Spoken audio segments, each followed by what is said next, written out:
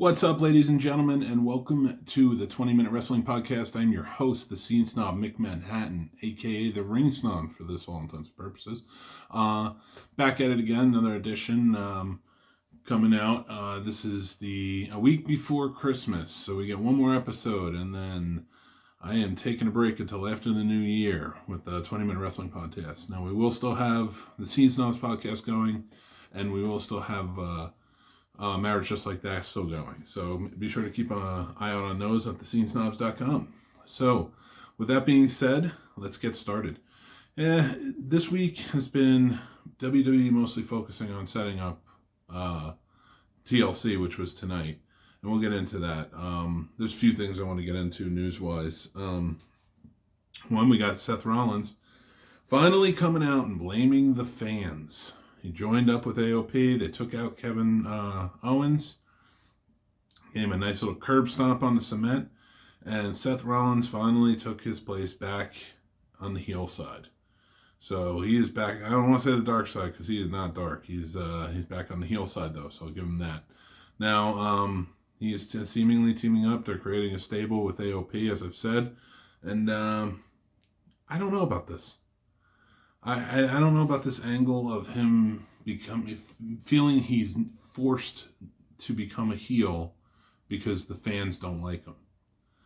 I think it started out okay. I was like, all right, maybe I can get in this. What's what? And then all of a sudden it just is falling kind of flat. Oh, excuse me. Oh, it's a late night tonight in TLC, and then had to watch The Watchmen. So. But regardless of that, I'm sorry about this. So we have Seth Rollins now as a heel, and he blames the fans. Do you, the WWE Universe, think it's your fault? I don't know. I'm not convinced, like I said. Is he a good heel? Is he an effective heel? Yeah. He's almost like a corporate stooge type heel. And I feel like that's how they're going to go again with this. Like, yeah, he's going to have his faction. It's eventually going to be corporate stooge type. And we'll see how it plays out. He seems very whiny in his promos lately, and I don't know. I'm just not fully into it. I'm not fully invested yet. So Seth, hopefully you can bring us around. You know, he's getting the booze. You know, so there's some heat there. But is it good booze or is it bad booze? We don't know. With that being said, we got Rusev and Lana's divorce. Coming up came to a head tonight on TLC. Well, not really to a head. It seems like they're going to continue that storyline. I don't want to ruin TLC for you, but here it is.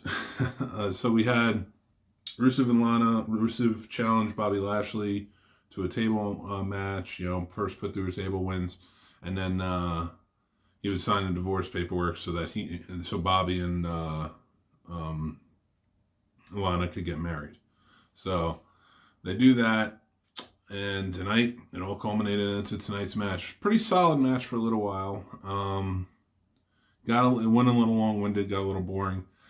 And everybody's behind Rusev. Everybody wants Rusev to win, and guess what? He doesn't win. He gets taken out. Of course, it was a good heel move by Lana to jump on his back, kind of disorient him a little bit, and give Bobby Lashley some time. So we're continuing the storyline. See, that's what it is. I don't mind that Rusev lost. It just means that we're continuing the storyline, and I'm kind of done with it. Ooh, excuse me. So we'll see what happens tomorrow night. Obviously, some divorce paperwork is going to be put out in the open, and let's see if he actually signs. You know, see if Rusev pulls it off. And then you got Hall of Fame announcement. So we have the NWO and Batista were both announced.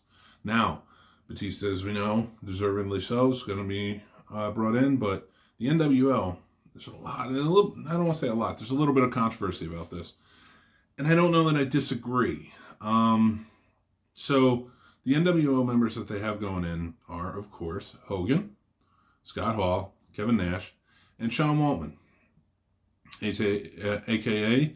the 1-2-3 Kid, a.k.a. X-Pac, and so much more. Very respected in my opinion.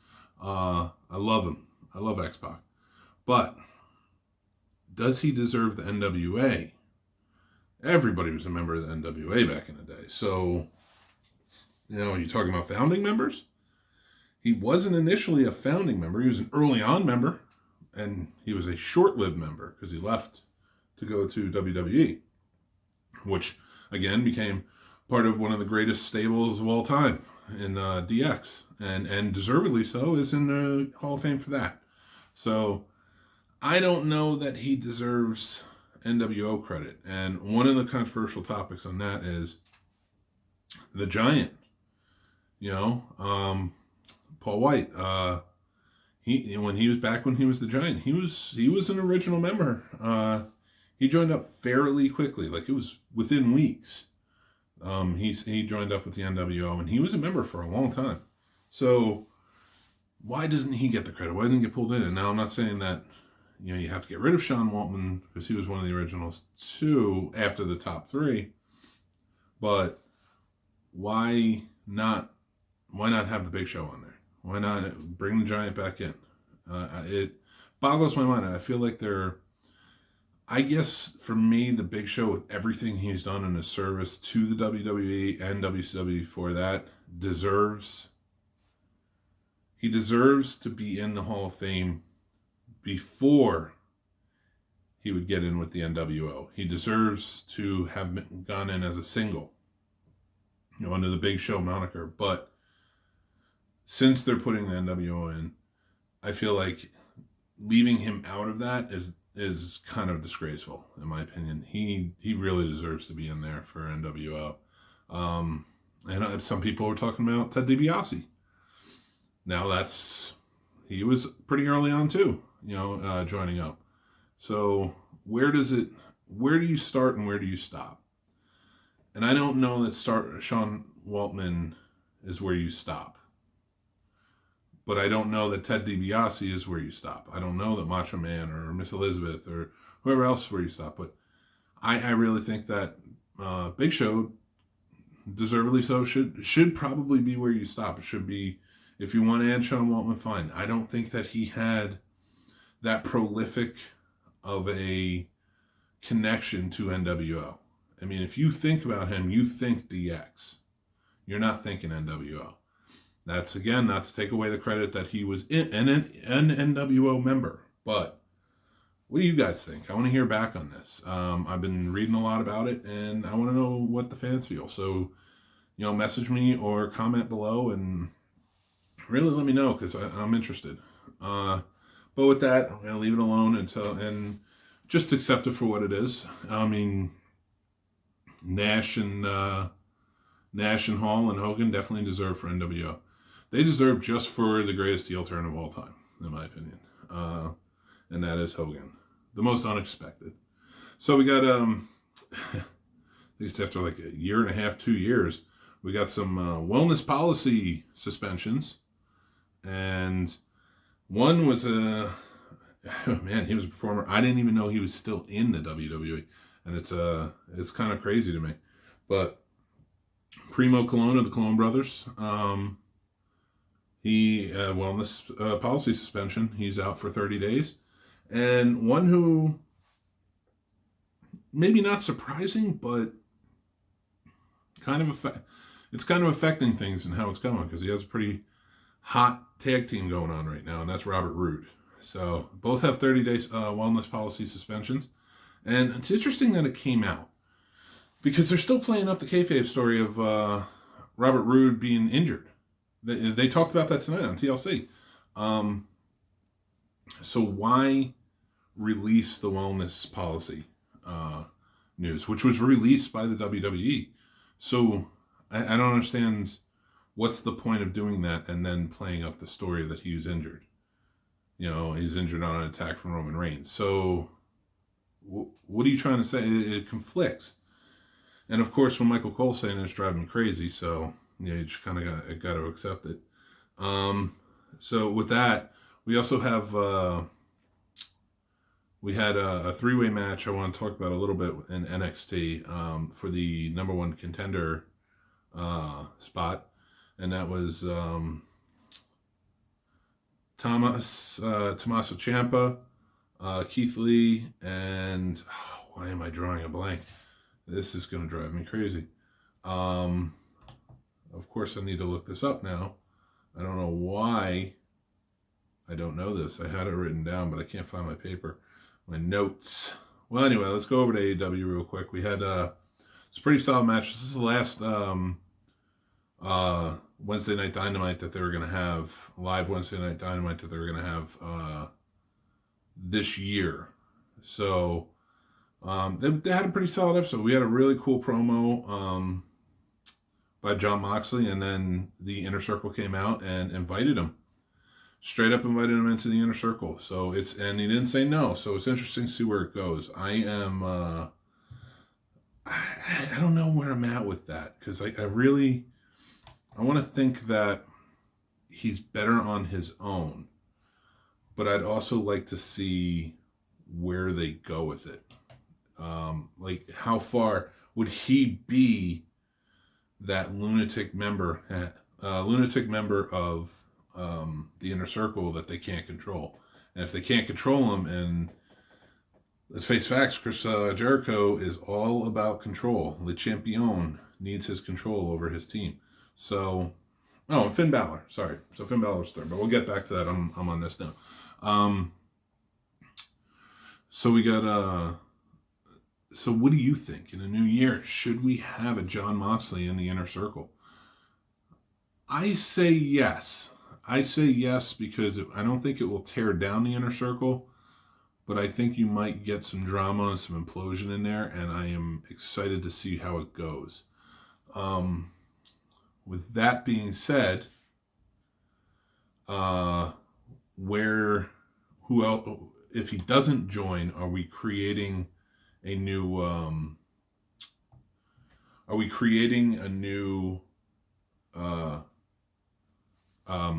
big rivalry coming up? And if so, does Jon Moxley join up with the Nightmare Family? What happens there?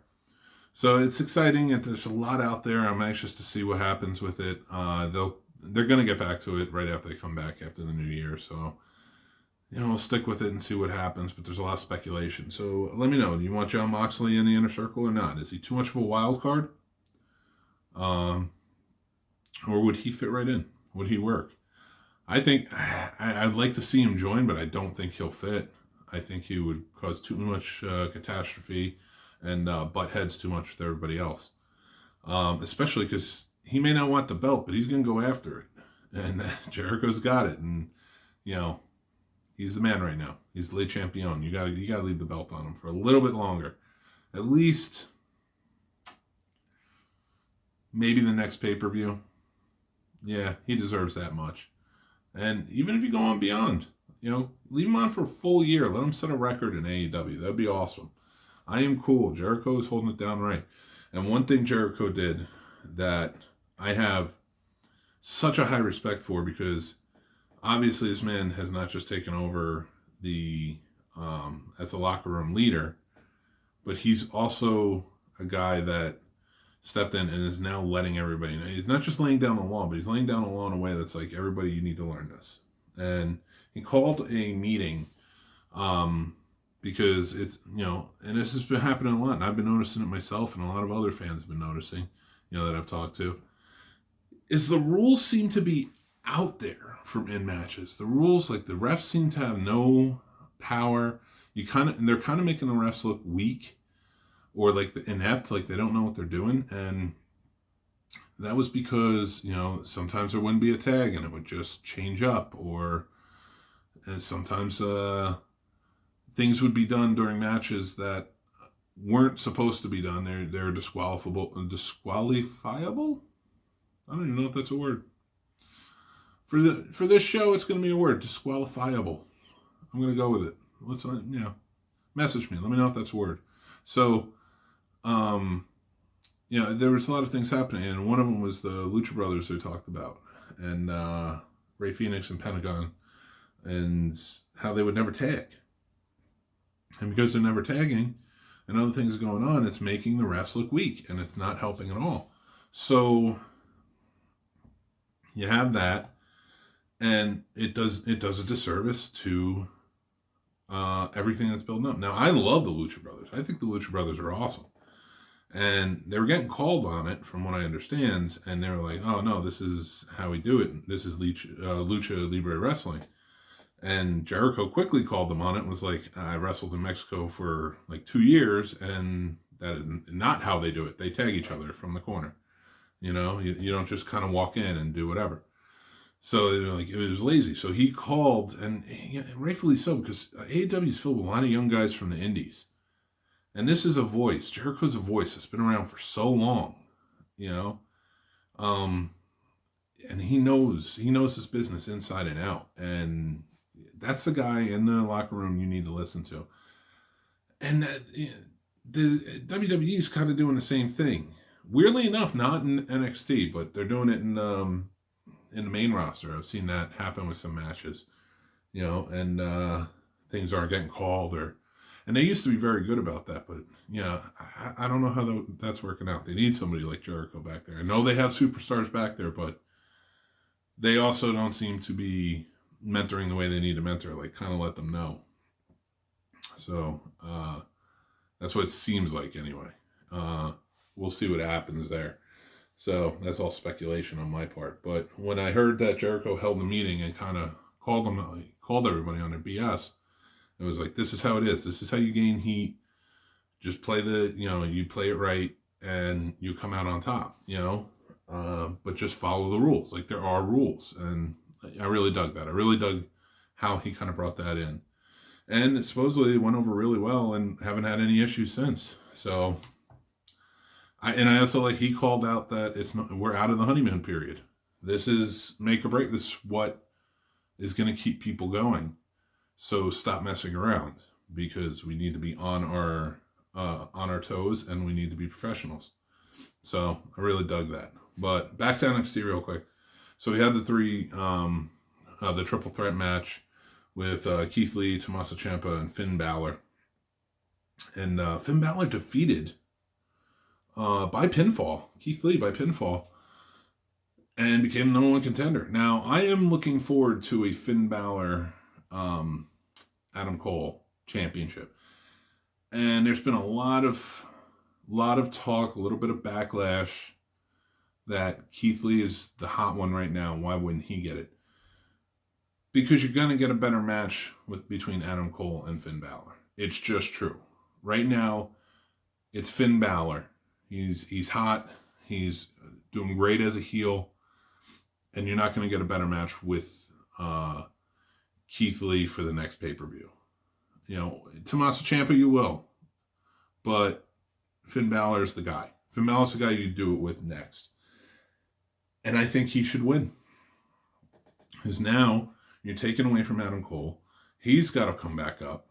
So now you're creating a whole new, different set of fights. And Finn Balor has all the heat on him. And then you build up Tommaso Ciampa some more. Keith Lee is fine. Keith Lee is built up right now. Keith Lee needs to keep fighting. Now, he deserves to be in the spotlight, but I don't think he deserves to be the champion yet. One thing I don't think is, I don't believe it should have happened, is he shouldn't have taken the pinfall. Just the way it is. I don't think he needed to take the pinfall. I know why they did it, because they didn't want Tommaso Ciampa to do it. But I don't think pinning him helped at all. And I think they needed to keep that, keep it going. And I think having Keith Lee pinned takes away. I think Tommaso Ciampa getting pinned doesn't take away as much, if that makes sense. But is what it is. That's what happened. So let me know what you guys think. Are you excited for a Finn Balor, Adam Cole championship match? And if so, who do you want to win? Who should take away from it? Now, if Adam Cole does take away with the championship and holds on to it, then I think maybe start a feud with Finn Balor and somebody else, and then push either Tommaso Ciampa for the next one after that, or Keith Lee, because that could be a very interesting match. Now, a lot of different ways to play it, but you got to play up the story. So I'm anxious to see where they go with that. But for now, I would talk about SmackDown. I would talk about TLC results. But honestly, they were not that great of shows. This is one of the worst pay-per-views I've seen in a long time. And I could go on and on and on about it. but I really don't want to. It was completely screwed up. They took away matches that they promised they were going to show that were on the title. And I'm tired. I am tired of Vince, who I respect, taking away matches that he's promising. Just because he sees, all right, well, I can put him somewhere else. What? All right, now I got to wait for Bayley and Lacey Evans, who is the most interesting thing Bayley's been doing in a long time. I have to wait until Royal Rumble now. It's going to lose heat, and I don't care. I don't care that much to begin with, but you're going to put it off for another month? And that's the end of January, so we got a while. So, with that being said, and there's other matches too. We did get Daniel Bryan back after the Miz and Bray Wyatt match, which was a boring match. They could have done so much more and built it up so much more psychologically rather than doing like a week or two of the Miz versus Bray. And it seemed like a really interesting feud just to get to the pay-per-view. And what happens? Miz loses by pinfall, and then Daniel Bryan pops out and beats up Bray Wyatt. Obviously setting up another match for him and The Fiend. So, great. I'm glad he's back. The Yes Movement's back. We got the chant. It was great. He's shaved. He's down. His beard is down. His hair is cut. So, but it just, I don't think that we needed to bury the Miz that quickly on this. It just seems odd. The whole disappearing Daniel Bryan thing, just to pop out at the pay-per-view. I don't know. I didn't like it. The Roman Reigns, Baron Corbin match is the same old thing. Did not really care. He got buried too. Roman Reigns got buried by Corbin and his stable. I'm just kind of done. Like, I just not interested. I wasn't interested when they announced Becky and Charlotte versus the Kabuki Warriors. Why? Why should the man? You're taking away so much from the man. She was top of the world. She's the face of the company, and you keep taking it away from her by doing this stuff. So it's just sad to watch. This pay-per-view TLC sucks. They did announce that next year is the 20th anniversary. Remember when TLC used to be something you got excited for? You're like tables, ladders, and chairs. Yes, it's going to be interesting. It doesn't seem like there are barely any tables, ladders, or chairs. But whatever. I digress. But anyway, let me know what you guys think. If you did watch the pay-per-view, let me know what you thought of that. Maybe I didn't see something that you saw in it. I am interested in other points of view. So I'm not going to be back next week. Maybe I will. Maybe I'll do a show. Who knows? But I don't think so. I think I'm supposed to be away. So I don't know yet, but we'll see. Wrestling doesn't take a break. I don't see why I should either. So I'm sure there'll be plenty of news. But anyway, you want more news, go check out thescenesnobs.com. We have this podcast, 20-Minute Wrestling Podcast. We have the Scene Snobs Podcast. We have a Marriage Like That podcast where my wife and I talk about various things and review movies, things like that. And I think it's interesting. Some people do. Some other people do too. So I just put up 2 new movie reviews of Black Christmas and Six Underground. Go check those out. Subscribe to our YouTube channel and comment and let us know what you think. Like our Facebook page, The Scene Snobs. Go over to at The Scene Snob on Instagram and Twitter and give us a follow there. And you talk to me there, and I'm definitely up for a good conversation. So with that being said, you guys have a good night, and later.